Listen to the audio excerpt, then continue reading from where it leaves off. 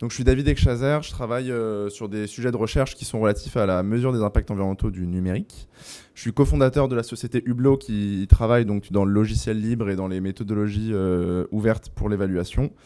Et je suis contributeur au groupe de travail Boavista, qui est un groupe interorganisation qui travaille aussi sur les sujets de mesure, qui produit des données ouvertes, des méthodologies ouvertes et des logiciels ouverts pour implémenter la mesure au sein des organisations. Donc déjà rapidement, c'est quoi les impacts du numérique ? Enfin, les impacts déjà dans le contexte, c'est qu'on a besoin d'inverser la courbe des émissions de gaz à effet de serre de manière extrêmement rapide et chaque mois où on attend, plus la réduction doit être importante. Qu'est-ce que le numérique a à voir là-dedans ? Le numérique, c'est estimé, alors les chiffres sont controversés, mais c'est entre l'ordre de grandeur qu'il faut voir.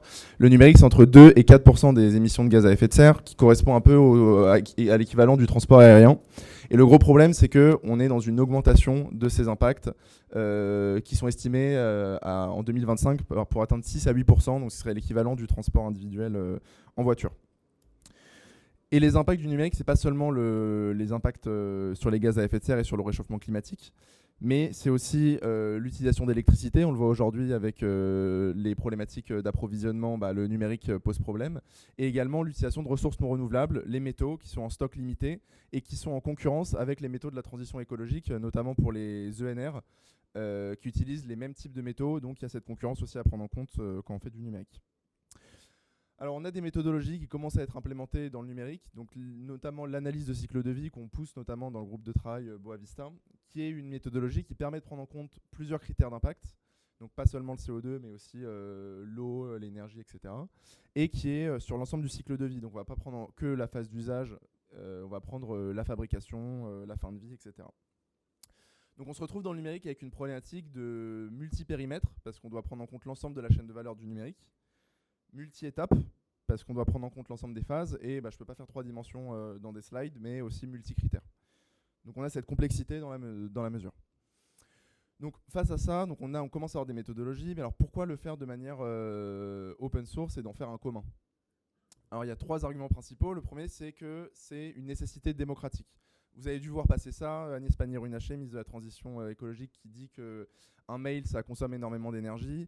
Ça vient d'une publication de l'ADEME qui a été probablement mal lue par la ministre, et donc qui mène à des compréhensions erronées des problématiques environnementaux du numérique.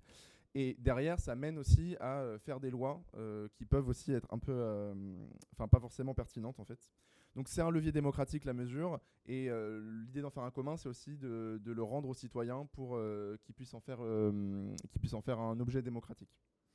Ensuite, c'est quelque chose de beaucoup plus pragmatique. Les mesures aujourd'hui du numérique, les chiffres que vous voyez, elles sont de très mauvaise qualité parce que c'est complexe et c'est un sujet peu mature. Je vous donne un exemple ici sur les panneaux LED. On a fait le travail en normalisant par pouce. On voit qu'il y a un facteur de 1 à 10 entre la plus petite estimation et la plus grande. Sauf qu'aujourd'hui, la plupart des mesures qui sont faites ne sont pas transparentes. Donc je suis en incapacité de vous expliquer pourquoi il y a cette différence. Est-ce que c'est les méthodes ? Est-ce que c'est les données utilisées ? Les hypothèses ? Je ne peux pas vous dire. Et quand on prend un seul constructeur, comme vous voyez ici, avec un type d'écran, par exemple, on voit que les marges d'erreur sont énormes. Elles sont tellement grandes que conclure d'un impact est un peu hasardeux. Et le dernier argument, c'est qu'en fait, la mesure pour la mesure, ça n'a pas trop d'intérêt, en fait. Le but, le chiffre qui va en sortir, il est autant important que le chemin de comment on va construire le chiffre. Parce que ça permet d'expliquer ces chiffres, de stimuler l'action collective. Quand on initie une démarche de mesure dans une équipe, ça permet aussi à l'équipe de s'accaparer les sujets, de comprendre les dynamiques d'impact, de comprendre les postes d'impact, et de questionner aussi les résultats qui sont existants pour les améliorer. Donc maintenant que je vous ai convaincu que la mesure devait être un objet un commun, est-ce que c'est possible aujourd'hui de faire de la mesure avec une démarche ouverte ? Alors c'est possible, mais c'est très difficile. On a plusieurs alliés là-dedans, je vous en ai mis, il y a des acteurs publics, des associations qui viennent françaises, européennes ou internationales, et des outils open source. Alors je propose d'illustrer un peu des exemples avec différents périmètres. Prenons le premier périmètre qui sont les équipements utilisateurs. On a, comme je l'ai dit, les fabricants qui sortent des données environnementales sur leurs principalement sur le carbone, sur leurs devices qui sortent, qui sont la plupart du temps qui utilisent une méthode qui s'appelle PAIA, Moi, j'appelle ça du faux pen data parce que oui, les données sont données de manière ouverte, mais on n'explique pas comment elles sont construites. Donc en fait, dans les faits, on ne peut pas en faire grand-chose. Ce qu'on a essayé de faire à Boavista, c'est qu'on a lancé un outil qui s'appelle datavista.boavista.org qui vous permet du coup de scroller et d'aller voir les différentes déclarations des constructeurs, de les manipuler et de pouvoir changer les hypothèses quand les hypothèses ont été données par les constructeurs. Par exemple, vous pouvez dire si je l'utilise en France ou à l'étranger, quel est l'impact au niveau de la fabrication, au niveau de l'usage. C'est un outil pédagogique. Je vous invite à regarder si ça vous intéresse. Prenons un autre périmètre, les impacts qui sont liés à l'usage. Donc pour par exemple une infrastructure on-premise. Alors pour l'usage en général, pour grosso modo, on va récupérer d'un côté la consommation électrique de son data center et de l'autre on va le rapprocher de l'impact pour une unité d'énergie. Pour la partie gauche de l'équation, on a plusieurs méthodes qui sont ouvertes qui peuvent être utilisées. Tout simplement une mesure physique, donc aller brancher un wattmètre derrière son serveur. Une mesure qui est logicielle, donc on va installer un logiciel qui va accéder aux couches physiques pour aller remonter de la donnée, des métriques de consommation. Donc Scaphandre qui est développé par Hublot, où il y a Power API et Joulard qui sont des outils développés par des chercheurs en France, donc que des outils français. Et sinon on a de la modélisation, donc j'y reviendrai juste après. Pour la partie droite de l'équation, les impacts, on a de l'open data. Donc ça vient soit de la recherche, par exemple HAL, c'est une plateforme avec des papiers de recherche ouverts, mais aussi de l'ADEME ou alors d'organisation. J'ai mis BP, c'est pas par plaisir, mais ils font un rapport tous les ans avec des données qui sont plutôt transparentes sur les mix électriques des différents pays, et les mix énergétiques même. Et côté open source, on a un outil qui s'appelle Electricity Map qui vous permet d'aller voir dans les différentes régions du monde l'intensité énergétique à un instant donné, l'intensité carbone pardon, à un instant donné, et de comparer les pays. Il y a aussi une API, alors elle qui n'est pas open source, qui vous permet d'avoir les données historiques. Et dans le cloud, comment ça se passe? Alors on travaille pas mal sur le cloud et on a des articles qui sortent, je vous ai à voir sur le blog de Boavista sur le sujet. Donc sur le cloud, où est-ce que je peux brancher mon wattmètre? Donc est-ce que je peux aller voir AWS ou Scaleway et demander d'aller brancher mon wattmètre derrière le serveur? Probablement pas. Et de l'autre côté, je ne peux pas non plus utiliser un outil logiciel parce que je n'ai pas nécessairement, dans le cas général, accès à la couche physique en fait, et aux interfaces physiques. Donc ce qu'on travaille avec Boavista, c'est sur la création en open science d'outils de modélisation. Donc on commence par demander à la communauté de faire tourner sur leur serveur des stress tests qui vont mettre des serveurs dans des états différents, dans différents états, et à chaque état de mesurer la consommation électrique.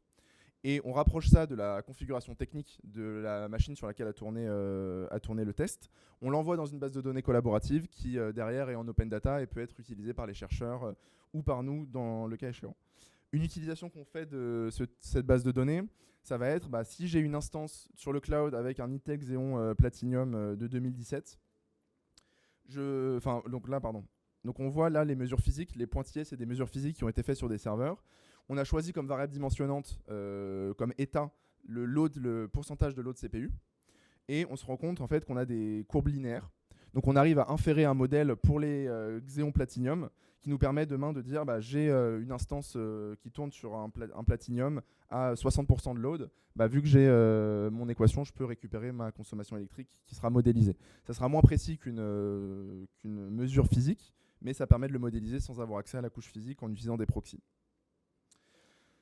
Je vous ai dit que c'était multi-périmètre et multi-étape le numérique, et la fabrication a un impact qui est extrêmement important à prendre en compte. Le pas le prendre en compte, vous avez toute une partie de l'équation qui part, et c'est encore plus le cas en France où l'énergie est plutôt décarbonée, et donc du coup l'impact à la fabrication forcément remonte en pourcentage. Là, ce qu'on a regardé dans Boavista, on est allé voir les papiers scientifiques et on voit que les variables dimensionnantes, je suis dans les temps parfaits. On voit que les variables dimensionnantes de l'impact de la fabrication, c'est la taille de gravure des wafers, donc des plaques de silicium. C'est ce qui dimensionne le plus l'impact à la fabrication. Plus je vais graver finement, plus je vais avoir besoin d'énergie, de ressources, d'eau, etc. pour pouvoir atteindre ce niveau de gravure. Il y a d'autres variables, mais c'est la variable principale qu'on a observée. Donc du coup, on utilise des données secondaires qui ont été produites dans la recherche scientifique, qui en fait vont modéliser les processus de fabrication d'un serveur ou d'une puce et attribuer des impacts à chacune des phases. Donc ça veut dire que derrière, si on veut réutiliser ces données, il nous faut d'un côté les caractéristiques techniques de la machine pour obtenir les tailles de gravure des différents composants, et de l'autre les rapprocher de la donnée de la littérature sur les impacts par taille de gravure. Donc on utilise des données qui viennent de Wikichip, donc qui permettent, qui est une sorte de Wikipédia des puces électroniques qui rapportent pour chaque architecture de CPU par exemple les différentes tailles de gravure. Mais on utilise aussi des facteurs d'impact qui viennent des universitaires ou alors de l'ADEME qui est l'agence de l'environnement français et son homologue allemand que je ne citerai pas pour des raisons évidentes. Côté open source, on a développé une API chez Boavista qui permet d'envoyer une configuration technique de votre serveur, donc assez haut niveau avec votre modèle de CPU, la quantité de RAM que vous avez, etc. Et à partir de ça, on essaye de convertir ces données de configuration en données techniques avec on récupère les tailles de gravure à partir par exemple de la famille de CPU.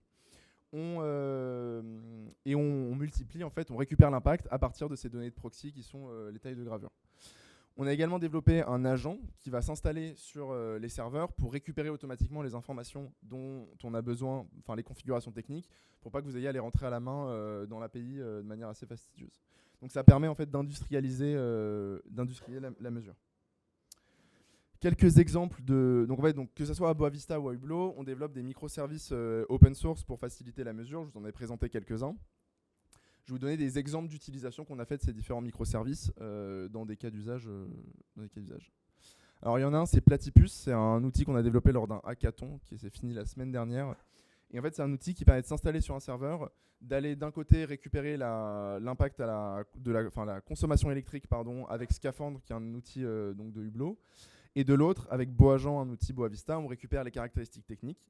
Ça nous permet de reporter des métriques sur l'impact du serveur en fonction du temps, l'impact à la fabrication, l'impact à l'usage, de comprendre les liens entre les deux, de reporter également l'impact de l'électricité en fonction du temps avec possiblement du forecast pour optimiser les moments où on va programmer en fait ces workloads sur un serveur. Donc ça, c'est un des exemples. Un autre exemple dans le cloud, c'est Cloud Scanner, donc qui marche comme une fonction, c'est une fonction serverless qui se déploie sur AWS. D'un côté, Cloud Scanner va récupérer des données sur l'utilisation que vous avez de votre compte AWS, et de l'autre, il va modéliser les impacts avec l'API Boavista. Ce que ça va faire, c'est que pour l'usage, ça va utiliser les modélisations que je vous ai montrées avant, qu'on récupère en Open Science, et en rapprochant en fait des caractéristiques techniques proches des caractéristiques techniques des machines d'AWS. Et comme on connaît les configurations sur lesquelles tournent les différentes instances, on récupère l'impact à la fabrication à partir de ces caractéristiques techniques qui sont préenregistrées dans l'API. Donc avec tous les éléments que je vous ai donnés, vous avez une mauvaise mesure. Donc vous pouvez faire une mesure qui est de pas très bonne qualité. Mais au moins, elle est open source, enfin elle est ouverte et elle est critiquable, améliorable. Vous savez quelles hypothèses ont été prises et ça vous permet en fait de l'améliorer en continu. Donc en attendant, j'aimerais finir là-dessus, c'est que la mesure, c'est important, moi c'est ce que je fais, mais c'est pas l'alpha et l'oméga. Vous n'avez pas besoin de mesurer pour démarrer, pour être dans une démarche de sobriété numérique. Et puis, de toute manière, c'est pas suffisant. Mesurer pour être en croissance continue, ça sert pas à grand-chose. Donc j'aimerais vous laisser sur la règle des 5 R.